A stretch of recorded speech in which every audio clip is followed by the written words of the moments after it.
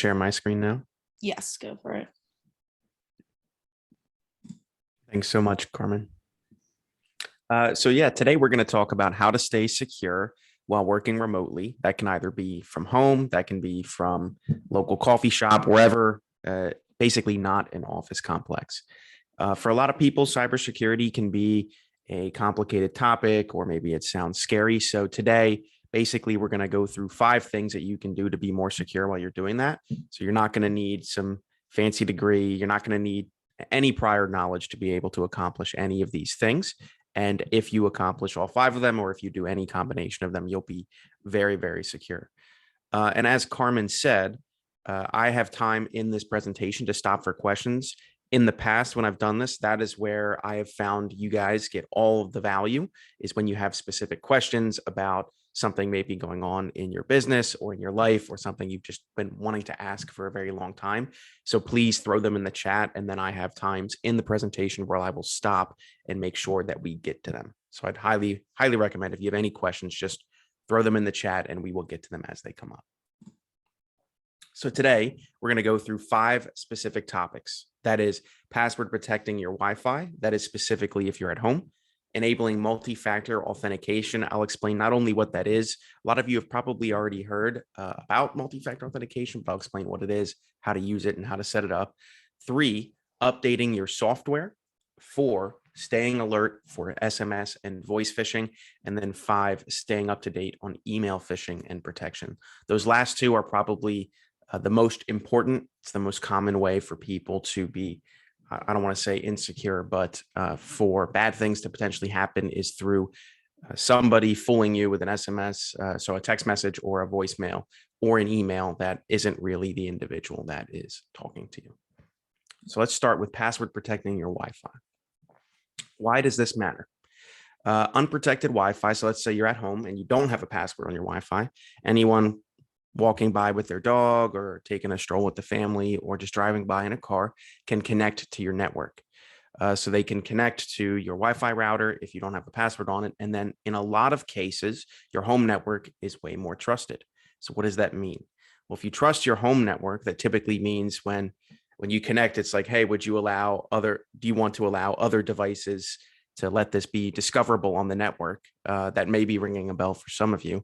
And a lot of times, if you're at home, you'll just click yes. So you have all these different devices at your house that are connected to this network. And then if you don't protect your Wi-Fi with a password, they can connect and see all those devices. And if they can see all those devices, they can get a little bit of information that they shouldn't have, such as the IP address of some of these devices. And also maybe they're able to share information with those devices and potentially get you into some trouble.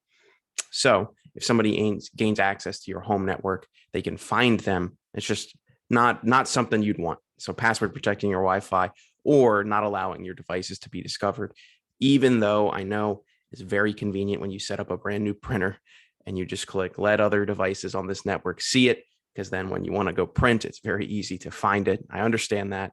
But if you don't have to do that, if you can find some other way to connect to the printer, I would highly suggest doing that. So how can you do this?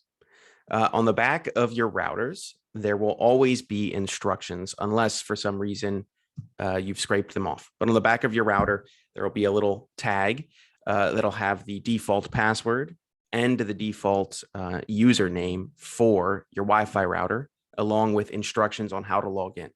So you can actually, if you didn't know this, log into your Wi-Fi router by going to a very specific web address while you're connected to your Wi-Fi router. And then all you'd have to do is put in the username and password, and then you'd be logged into your router and you can see a lot of things about it.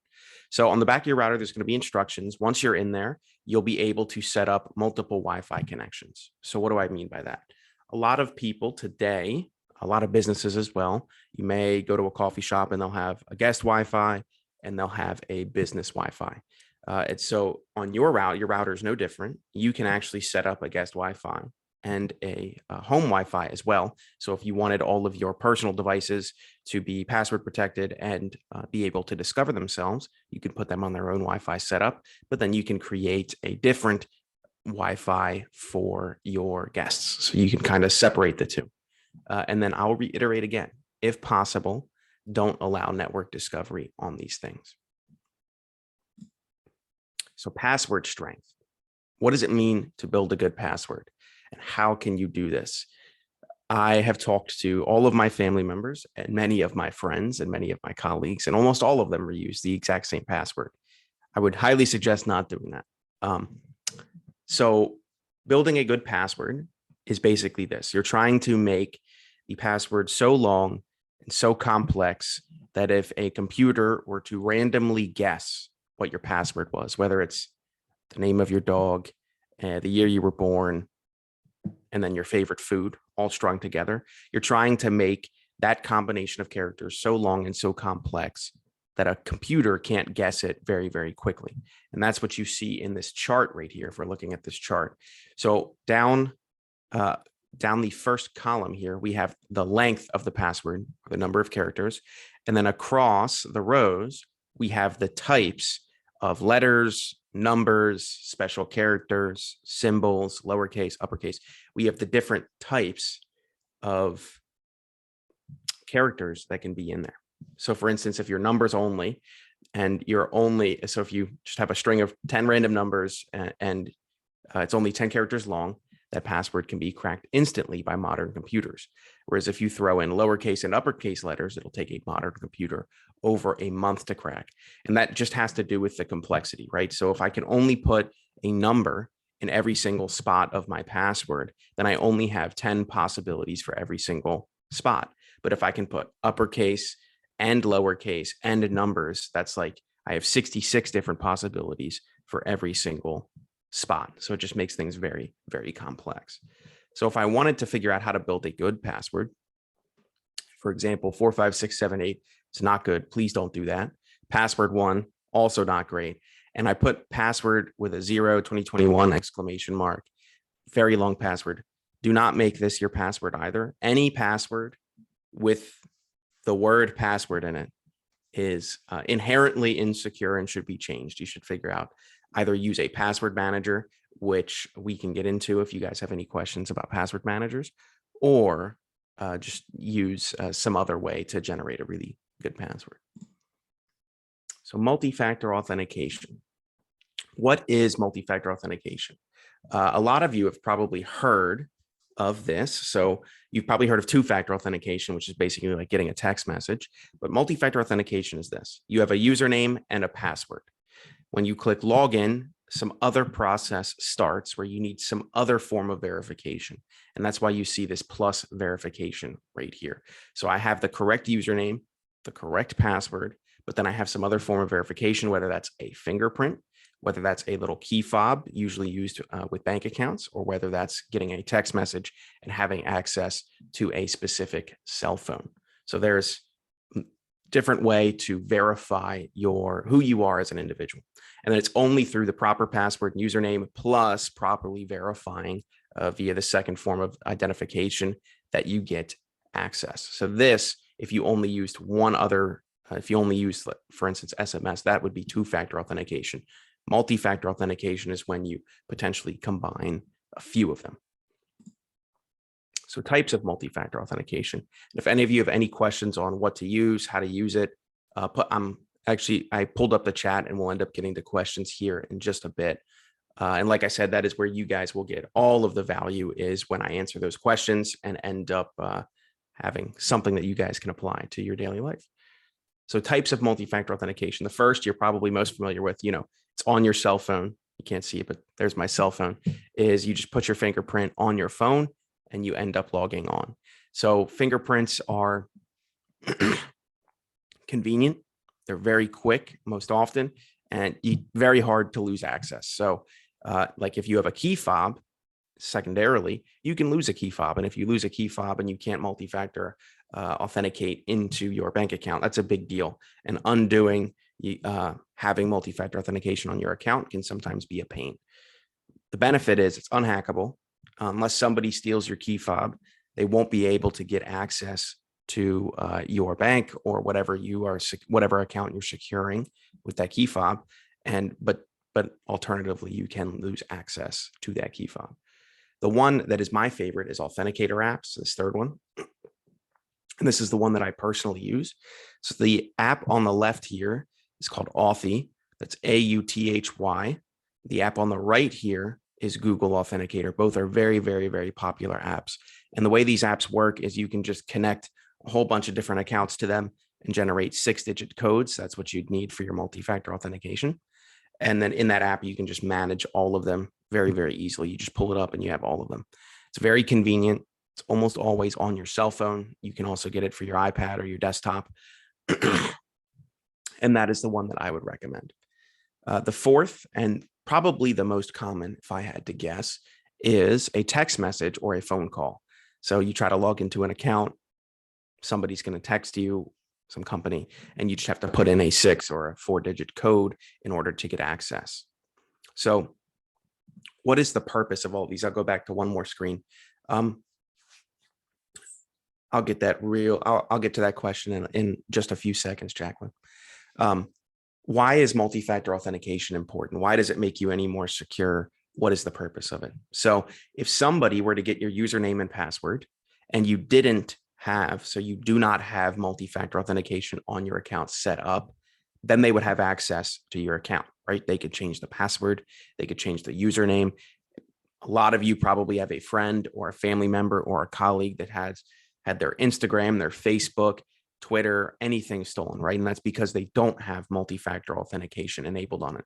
Because what it does is, even if your password, if I gave somebody my username or my password, and then I set up multi-factor authentication with my cell phone, the fact that they have my password and my username, but they don't have access to my cell phone, means they won't be able to get in, because they'll never have that multi-factor code that will enable them to get into their account. Then secondarily, once Twitter or Facebook or YouTube, they're getting really good at this. They'll recognize that somebody logged in with my password and my username, but then failed to get my multi-factor authentication code. So they'll let me know, hey, somebody has your password. You should probably go change that. And then I can change that. So it's just a very secure way of making sure that your account stays safe. It adds another layer of protection. And makes it very, very hard, because a hacker, let's say for me, they'd have to get my username, my password, access to my cell phone, which means they'd also need to know another password to my phone, or they'd have to have my fingerprint. Very, very much more secure than just having a username and a password. And again, if anyone has any questions on these 4 different types of multi-factor authentication, please put them in the chat. That's where you guys will get all the value. And I'd be happy to answer any questions about them. So pause for questions. So I have one more of these throughout the presentation here. And these are some of the questions that I would like you to ask. How would this work for your business? What you should do if blank happens? What would you recommend for blank? I get a lot of questions last time about antivirus, excuse me, about different laptops and different pieces of hardware that you should be using. What do I think you should do in certain situations? Happy to answer any of these questions. So please feel free to put them in the Q&A. So Jacqueline asks, if we use our fingerprints, can it be stolen and maybe used to steal our identity? Fingerprints cannot be used to steal your identity. Your identity, which is attached to your social security number if you're a US citizen, is not attached to your fingerprint necessarily. So the only thing that can happen, for instance, with me, is if somebody has my fingerprint, they can get access to my cell phone. That would be the only repercussion. How do you not allow network discovery on something like a wireless printer?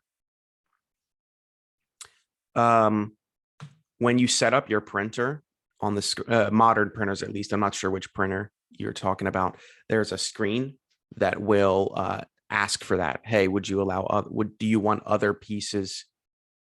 Do you want other devices on the network to be able to discover this device? That's with modern printers. It's all modern devices, actually. And it's also when you connect to the Wi-Fi for the first time. So it's not going to show up on your computer or your printer before you connect to the Wi-Fi. You'll connect and then you'll get that prompt. Willow asks, fingerprint access. Yep.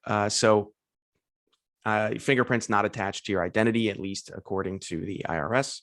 So you do not have to worry about that. Just worry about getting your cell phone stolen if somebody, I don't know, while you're sleeping, takes your thumb and opens up your phone. I've heard that Mac is more secure.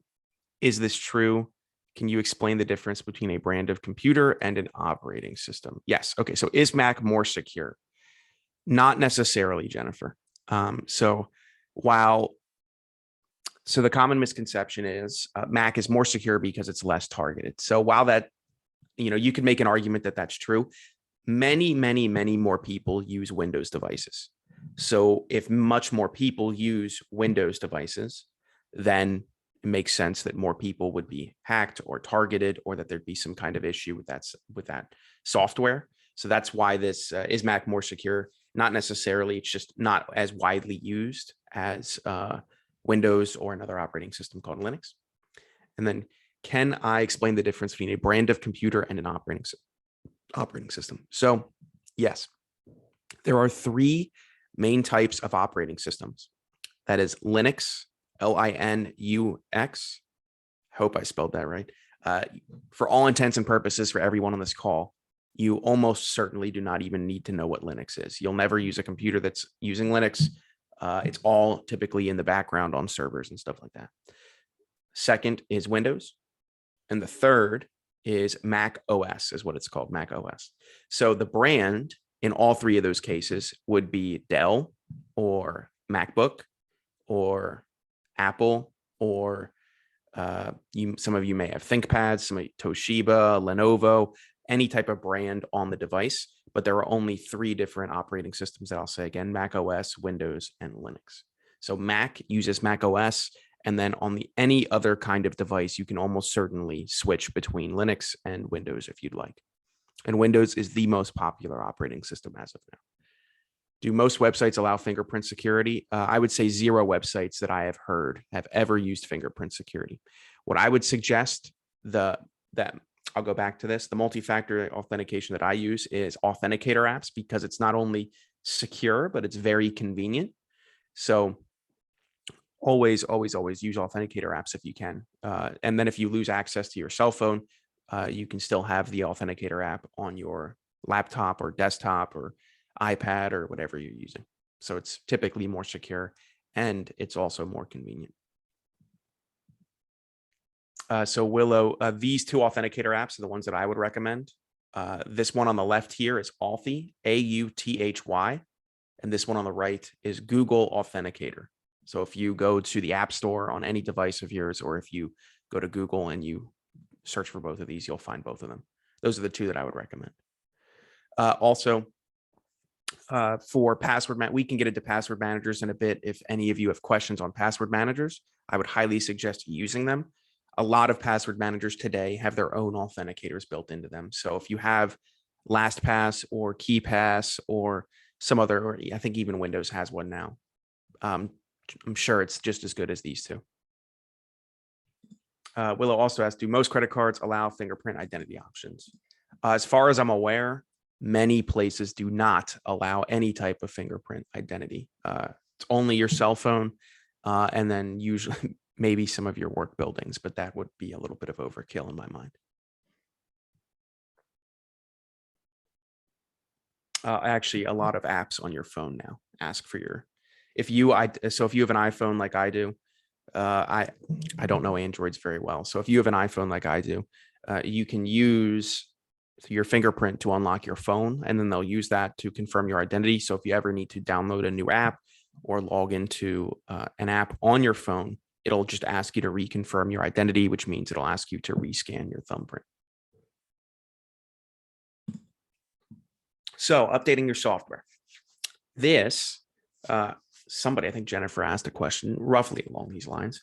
There are two types of software that you need to be aware of, basically. The first is just applications, things like Google Chrome, Microsoft Edge, Dropbox. I'm honestly just going down my desktop window right here. Anything that you download to your computer is a piece of software that sits on top of your operating system. And what I mean by that is there's a piece of software that your computer runs on that Jennifer brought up that is called your operating system. That is Mac OS, Windows, or Linux. So it's very, very important that you keep both types of software up to date. That is the software you've installed and your operating system. And let me give you an analogy as to why. So let's picture that your computer is a house. I'll finish this and then get to the Q&A. let's picture that your computer is a house. Your operating system is a lot like your foundation. So if you don't regularly update, or if you don't regularly inspect, let's say somebody went to inspect your foundation, then you could start to get cracks in your foundation, which could make the whole house insecure, which could lead to water getting in the basement, all of this stuff. And so if you don't update your software, specifically your operating system, it's like getting cracks in your foundation. Now, if you don't update the software that's on top of your operating system, the Zoom app that you've installed, the Google Chromes, Adobe PDF, any video games, any Slack, anything you're using, if you don't update that kind of software, that's like leaving a window or a door unlocked. So it's not necessarily as insecure as having cracks in your foundation, but it is still a problem that you could easily get rid of just by updating on a regular basis. And almost all applications you work with today today will allow you to automatically install updates. So even though a lot of people won't update them because they think it'll end up stealing all of their bandwidth or making their computer run slow, highly recommend turning on automated updates so that you don't have to manage, excuse me, so that you don't have to manage updating your computer's software, that it does it for you. So the biggest piece is do not ignore these. Geez. Lenny asks, is Google Chromebook operating system the most secure right out of the box? And what can be done to improve internal security? I assume what you are teaching here. There's no operating system that's inherently more secure than any of the others. They're all just vulnerable in different ways. So it's not necessarily more secure or more insecure than any other device you'd buy, Lenny. Right out of the box, a lot of computers are very secure today, but what you can do to improve internal security is two things. Buy a VPN, that's called a virtual private network. It's usually like $4 or $5 a month to use, and that shields your internet traffic, and also usually has a lot of benefits that help you browse the internet safely and make sure you're aware of when you're getting phished or whatnot. And secondarily, get a Windows device that has Windows Defender. And the reason I say is Windows Defender that they came out with last year is a very, very, very good antivirus software. So it goes way beyond antivirus as well and goes into protecting you actively. So Windows Defender is the best, probably the best, if not the actual best antivirus free to use. If you don't want to use Windows Defender, just purchase any of the big antiviruses out there. Norton, and what those do. So antivirus is a little different than Windows Defender, but what antivirus does is it checks that you're not downloading software that is known to be malicious. Yep, anytime, Lenny. Can you explain what you just suggested we buy before you mentioned Windows Defender? VPN, virtual private network. So a virtual private network, picture this. Your computer is, you're sitting at your computer. Yeah, Windows Defender comes with modern Microsoft installation. So if you buy a computer with Microsoft, you can enable Windows Defender. So Jennifer says, can you explain what we suggested for a virtual private network? So a virtual private network basically just shields your internet traffic. So your internet service provider, think of your Comcast, your Verizon, or maybe you're using someone else, can know what you're browsing on the internet, when you're doing it, with which devices. They keep a lot of information on what you're actually doing with the internet itself. Whereas if you buy a virtual private network, you essentially connect to, there are a lot of big ones. ExpressVPN is one, NordVPN. There's a million of them now. You could just Google top 10 VPNs and read a list, and they'll give you a way better explanation of how they're different. But the VPN that you would connect to would shield that from your internet service provider. So they won't know what device is connecting. They won't know what you're accessing on the internet. They just won't have information on you. And it's never good to let internet service providers or any kind of company get more information than they really need about you. Where can you buy a VPN?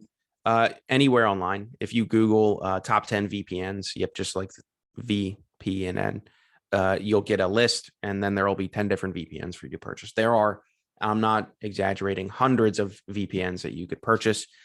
Read a pros and cons list of 10 of them, whether you're price sensitive or whether you just want the most security possible.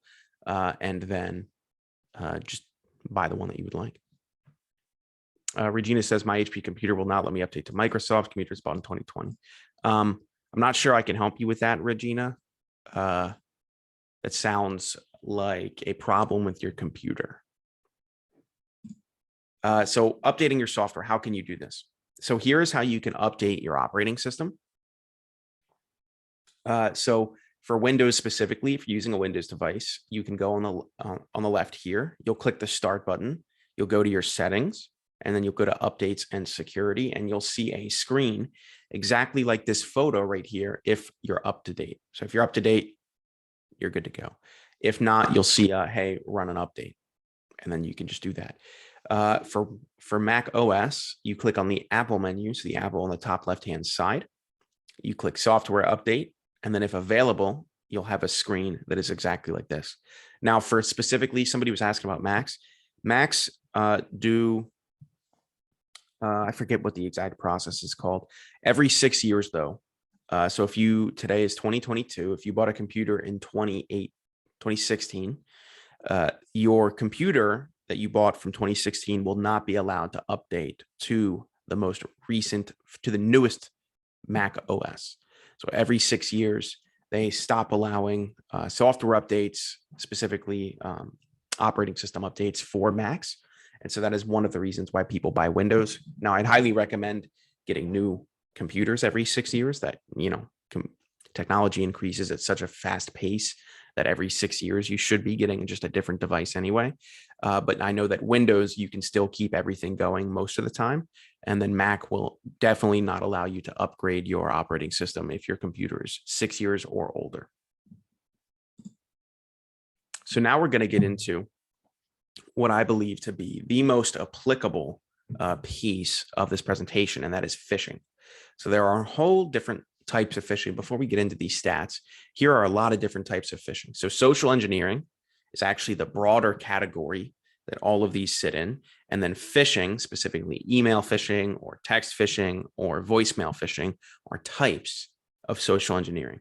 So what is phishing? A lot of you have probably already heard this, but for those of you that haven't, phishing is when somebody impersonates a friend, impersonates a family member, impersonates a coworker, impersonates a company, anyone or anything, attempting to get you to take a directed action that is malicious. What I mean by directed action is, hey, log into this website that ends up being malicious, or buy me Visa gift cards, or send me money, or just give me access to your account. So the goal is that this malicious individual fools you into believing that they are someone that they are not, and then gets you to give them information or money or access to either of those things. So that is phishing. So why is phishing so important? Well, 91% of, you guys are probably tired of hearing of all the different data breaches that occur in the news. 91% of these breaches use a phishing email or phishing or social engineering at some level in order for it to be successful. So it's involved in a lot of the data breaches that we end up seeing. Additionally, only 11% of larger organizations continually train their employees to recognize these attacks, which is, in my mind, the most important piece of solving this puzzle, is to train employees to recognize when this is going on. And just in 2019, it accounted for over $12 billion in losses for American businesses. And you may be thinking, I'm a small business or a one-person show. This couldn't possibly apply to me. That FBI statistic also had small business numbers in it as well. So it's not just large businesses that are being impacted by malicious individuals using phishing. Small businesses are impacted as well. So let's go over how you can detect an email that is malicious. And if any of you, a lot of you have probably had experience with this. So if you have an interesting comment, I'd love to see that in the chat about a phishing email or something you got that was definitely fishy. So when you're looking at a phishing email, you should ask yourself these 5 questions. And if you're thinking, there's no way I'm going to take the time to ask myself these 5 questions on any of the email, great. I hear you. I don't do it either, right? It takes a lot of time. However, what I've gotten this down to is it becomes a habit. So when I open up an email, it's kind of like a gut check or an unconscious process that I go through that allows me to recognize, hey, something's a little off. either the person who sent this isn't really who they say they are, the content's not quite right, you can typically have a little gut reaction, get an unconscious feeling of what's going on. So 5 questions. Are you expecting this email? Is this email too good to be true? So is it a deal that doesn't make sense? You know, winning the lottery doesn't come around every day. So it's not just going to show up in your inbox randomly. Does the email domain match the sender? I'll get into what that means in a second.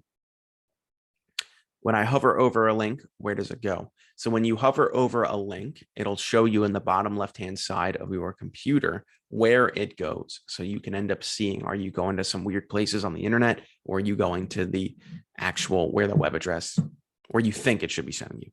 And the 5th, can you confirm the authenticity of the email? Basically, can you confirm who is sending this email? And then can you confirm the contents are not malicious as well? So, common vulnerabilities to spot. I will get to all these questions. I have one more place in a few slides. I'll get to all these questions there. So, common vulnerabilities to spot in the emails you'll be receiving. This first one right here is called domain impersonation, also known as typo squatting. It's very easy to catch if you know what you're looking out for. So, for instance, here is an example of what we call root domain impersonation. So, let's say the CEO at big company, that's the name of the company, is emailing you. Well, a lot of times malicious individuals will have big company dash and then some kind of innocuous phrase, mailer, notification, email, whatever, dash email.com. So it's really important to track that big company dash mailer is the web address here. It's not big company that's mailing you. It's big company dash mailer, which is some random web address. We have no idea. So be careful at those dashes if you see any dashes in any of the emails that you receive. So top level domain impersonation. So in this case, it's CEO at big company, but now it's .info. So if you're unaware, there are hundreds and hundreds of different domain endings that can exist. There's .info, .com, .net, .io, .org. There's even .party, .pizza. There's hundreds of different domain endings.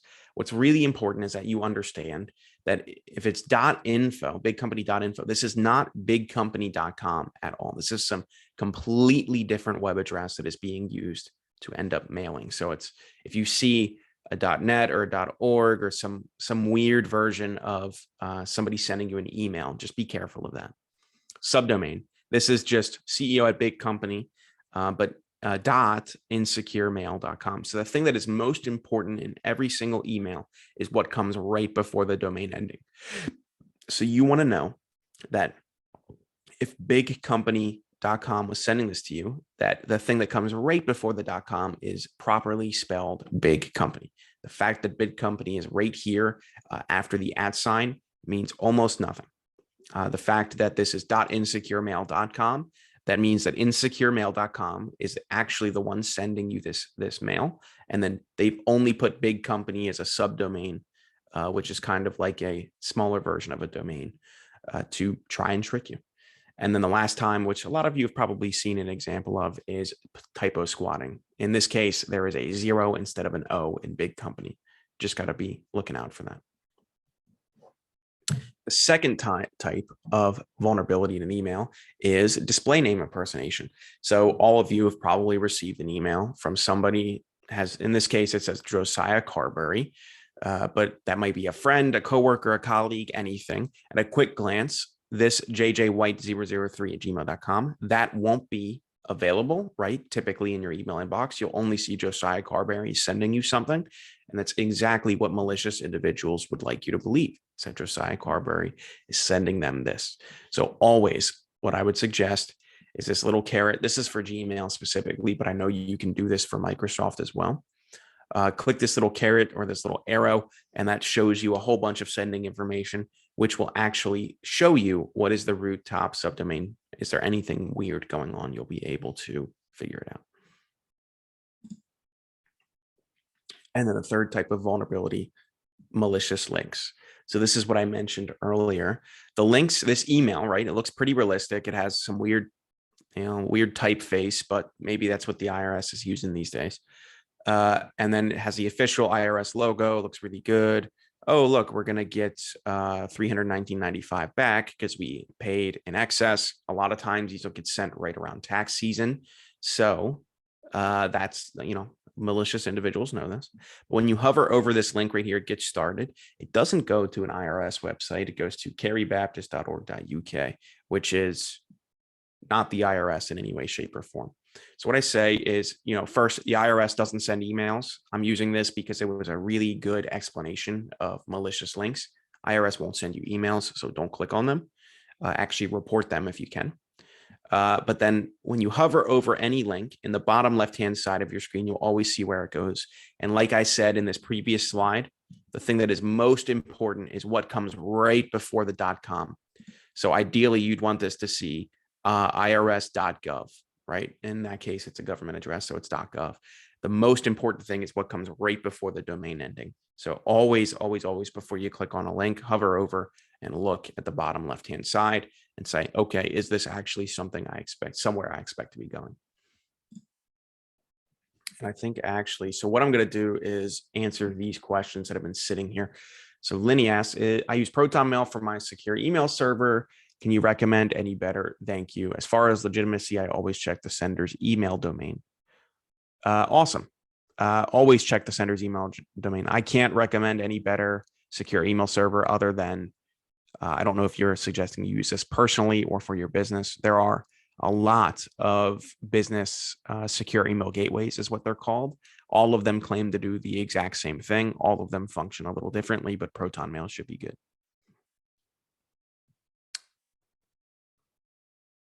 Francis says, if one suspects a phishing email or phone calls or messages, can I block that?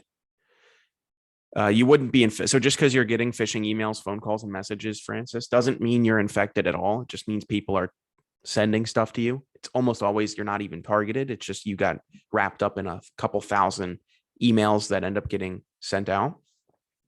But yes, you can block from that sender. You can block that phone number. You can block that text message. You can block all that. Received a PayPal email, but the logo is not PayPal. So if the logo, I think I actually, so Kazette, if the logo is not PayPal, it doesn't necessarily mean it's phishing. The thing that is most important is who is sending you the emails. So is it actually PayPal. I don't know what they use, paypal.org.gov.net. Look at what they specifically say on their website for who will be sending you emails. That is the most important thing. And then secondarily, the links inside of the emails. Willow said, I just got a text with a Hertz reservation number for a car I did not reserve. I called Hertz.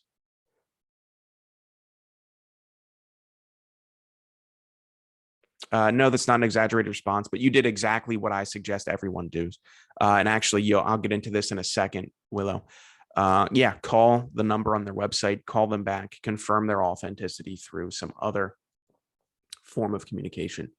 You can't even get into the membership, and they are saying they are having internet issues. They might just be having internet issues, and I would just wait a little bit.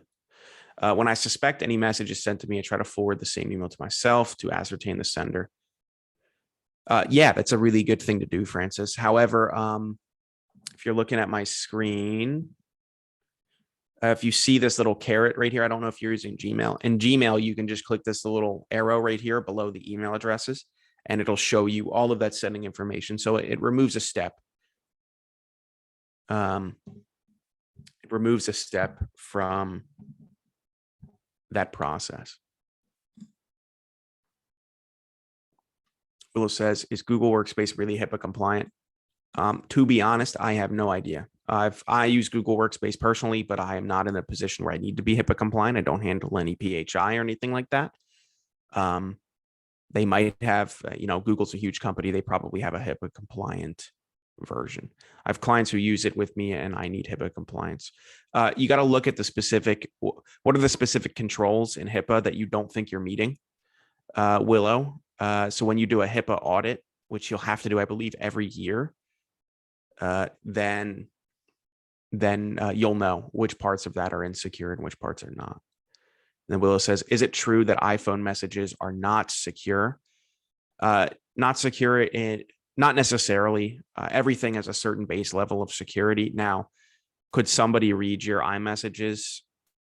Almost certainly, in the same way that a lot of people can read your text messages. Like if the government wanted to get access to your text messages or your iMessages, it's not going to matter if it's iMessage, text message, or even what I use, Signal. Government could get access to that if they wanted. Is anyone else having a hard time hearing the audio? I have no idea. You're sounding pretty good on my end, so it may be your computer, Lenny. Okay, awesome. Great questions, by the way. Thanks everyone for asking this. So Willow, this is specifically SMS and voice phishing for Willow.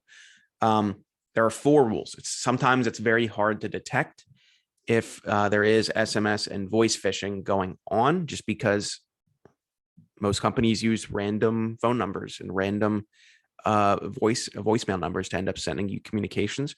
So you have to be a little more aware as an individual of what's going on. So remember these 4 rules. Don't give out your information. If a company is calling you, if a company is texting you, they are doing so for a certain reason, but they have all the information they need to verify who you are and what you're doing. 2, only contact through secure channels. What I mean by that is if you get a text, if you get an email, if you get a voicemail, or any other form of communication, and you're worried that something is actually going on, Google their website.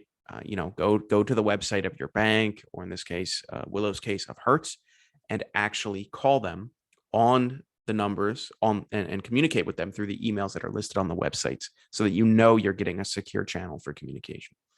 3, be suspicious. And I put this in here because sometimes you got to trust your gut and know that something weird's going on. And if it turns out something weird isn't going on, it's no harm, no foul. Nothing is ever so urgent that it needs to be handled in that exact minute. It can be handled a few hours later. And then 4, refuse the request. So if they ask, so this is something I always say, your username and your password are yours. Doesn't matter what website you're using, what company you're working with. It is not their password. It is not their username. If anyone ever asks you for your password to your account, hang up the phone, because it is not that company that you're trying to work with. They never need your password. It is to make this a little more clear. When you create your own account with your own username and password, the company that you are doing this with has no idea what your password is. It is stored in such a way that they could not possibly know what your password is. If they're doing security correctly, by the way, I'll caveat it with that, but it's not their password. They never need to know it. So if they ask for your password, hang up the phone. So what do these look like? Specifically with SMS phishing, there's often little to no information. All of social engineering, and if we reaccount, so phishing is just a form of social engineering, is an attempt to get your emotions riled up, to get you to forget, there's something fishy about this email or about this communication. It's to get you to forget what's going on. There's often little or no information, but there's an appeal with urgency. In this case, on the left-hand side, it says your ID requires verification. So maybe somebody's trying to log in. Maybe you think they're going to block your account if you don't log in right now. And then it's often from an unknown sender. In this case, it says iCloud, which I wouldn't trust personally, but in often cases, it's a phone number you've never gotten anything from. But I want you to look at that link right there, www.id-apple.mobi. So this is combining a few different types of domain impersonation that we talked about. The first is the actual root domain. It's id-apple. It's not apple.com. It's id-. And then it's the top level domain impersonation as well. Instead of .com or .net or .org, it's .mobi, which stands for, I forget, mobile. Usually they stand for some kind of country. And so this is a web address that does not exist in the Apple ecosystem. This is not going to be Apple. So you just got to be careful of that. What I would recommend, if you get emails or text messages like this, block the sender and then delete the text message. Those are the only 2 things you could really do. And then specifically for phishing, which is voicemail phishing, never give out your login information. Always be suspicious. And again, your password does not need to be reset. So if you get a notification, it's like, hey, you need to call us back and reset your password. 2 things. You never You never need to call anyone back to reset your password. You can always do that online or through some other kind of process, and you never have to do it with another person. So like I said, your password is yours. It is not the companies that you're talking to, so they do not need it in any way, shape, or form. Pause for questions. So I think this is actually the last slide. Yep. So this is the last slide. So I'll pause here to answer any last minute questions while this is loading. And Regina says, just to get an understanding, a VPN is connected to your internet service or computer. I'm not exactly sure what your question's stating, Regina, but I'll try to answer it as this. What is a VPN actually connected to? It acts as a shield between your computer and the internet.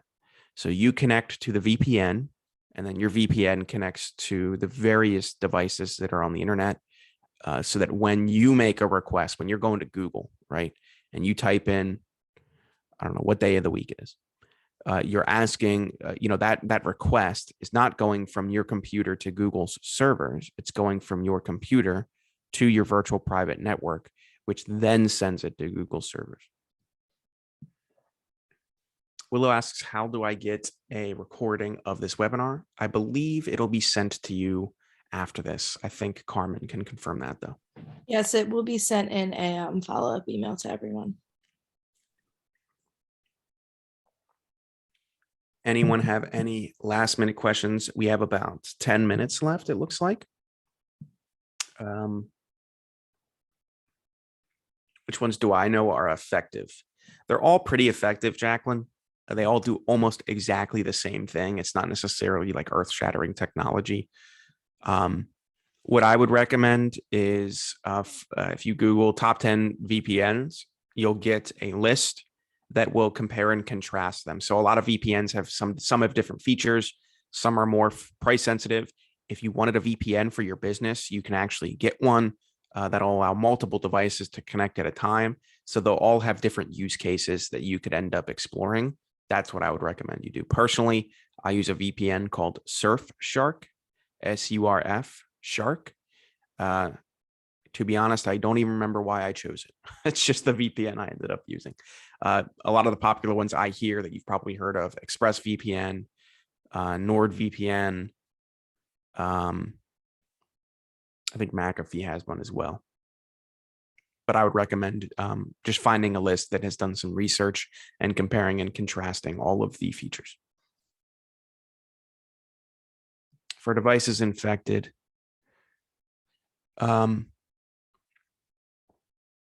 if your device is infected with, I'm assuming you're saying some kind of malware or virus, well, resetting it to factory delete the virus. Not necessarily. I would highly doubt that your device is infected. That's the first thing I would say. I highly doubt it. Normally, you just have some kind of software. So if your computer's running slow, it's almost certainly not a virus. In 99% of cases, it's just some software that you accidentally downloaded that runs all the time and just eats up your computer's resources. But if you, not necessarily, factory resetting to factory doesn't necessarily get rid of a virus. If you are concerned that you have a virus, I would find a computer shop and take it to them, explain what's going on, and have them do either this factory reset, or you can actually do some other things. Willow says, I don't use Facebook much, just gonna change my photo, my profile name, and my email. Immediately afterwards, I got a large number of junk emails. Yep, there's a lot of companies you use. It would probably sicken you how many companies that you work with that sell all of your information.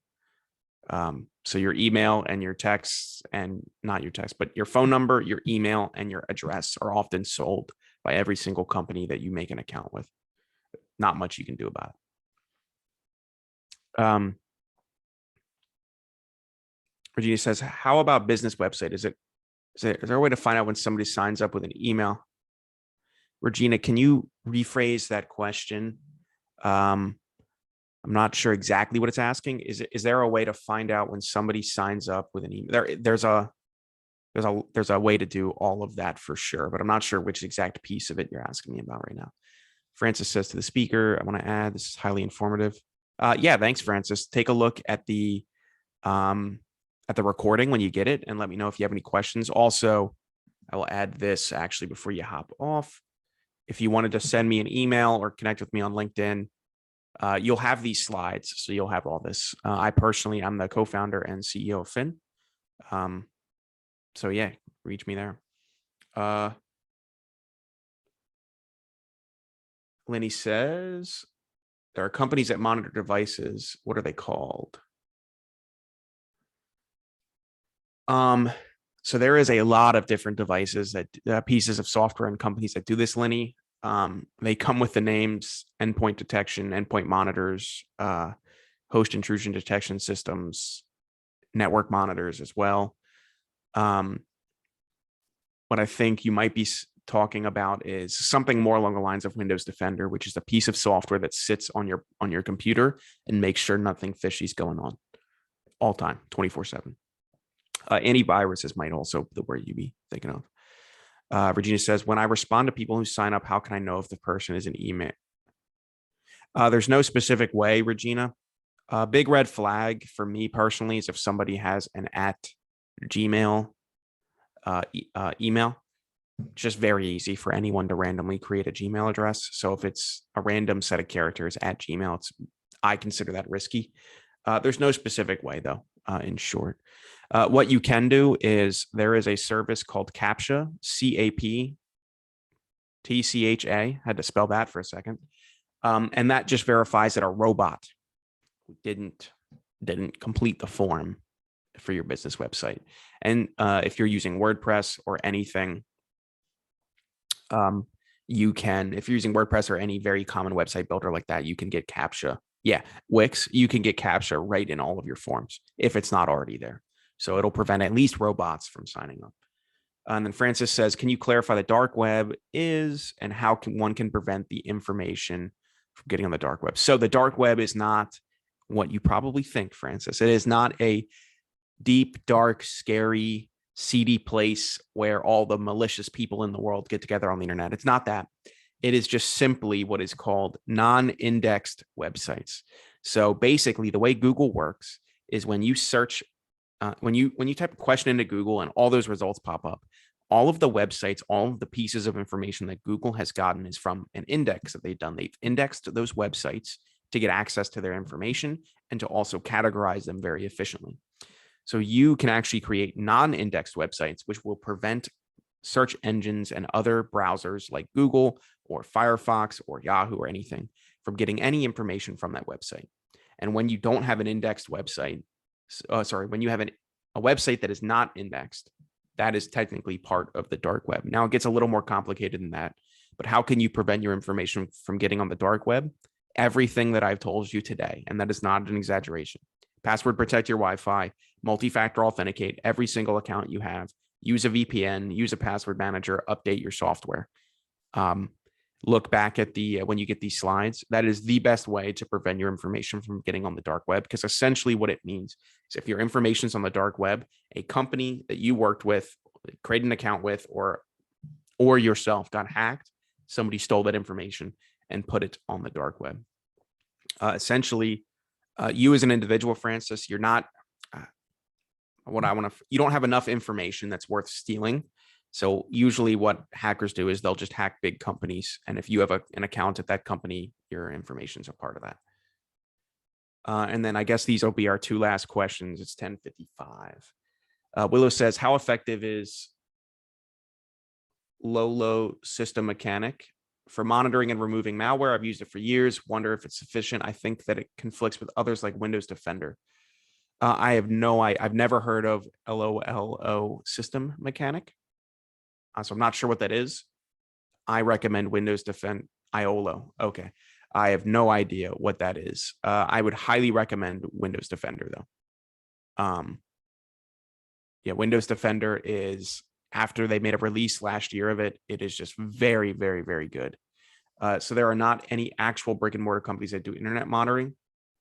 There are. And if you Google, I don't know where you are locally, Lenny, but there are definitely companies and computer stores and what are called managed service providers, which are actually the companies that I work with, that will do all of this for you. Allentown.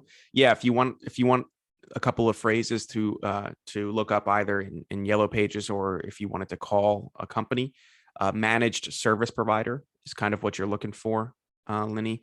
And they are people that will help you with security. Now, they often don't work with individuals. They often only work with businesses. So you'd have to find the right one that does exactly what you're looking for. Francis says, almost all my accounts have double authentication, and now you're teaching. Awesome. You are already more secure than 99.9% of Americans. And that is not an exaggeration. Many, many, many people do not have multi-factor authentication enabled, which is the best thing you could do for secure. If you took one thing from today's presentation, everyone's still here, enable multi-factor authentication on everything, and you will be infinitely more secure as a result. Cool. All right. So we are looking pretty good in the chat and Q&A. This has been an awesome session. Thank you so much, Connor. And thank you everyone for participating. I posted a link in the chat and I'm just going to repost it right now. It is a survey about today's webinar. We really value your feedback, and it is required by our funders so that we can continue to offer these webinars to everyone. And on that note, we are looking pretty good. Connor, if you have any final thoughts, and if not, I think we're all ready to close out. Nope. This has been a lot of fun. Thanks everyone for joining. I hope you got a little bit of value out of it. The questions are typically where everyone gets the value. So I hope I can do this again. And I had a blast being here, Carmen. So thanks for having me. Thank you so much. Have a great rest of your day, everyone. Bye-bye. Bye.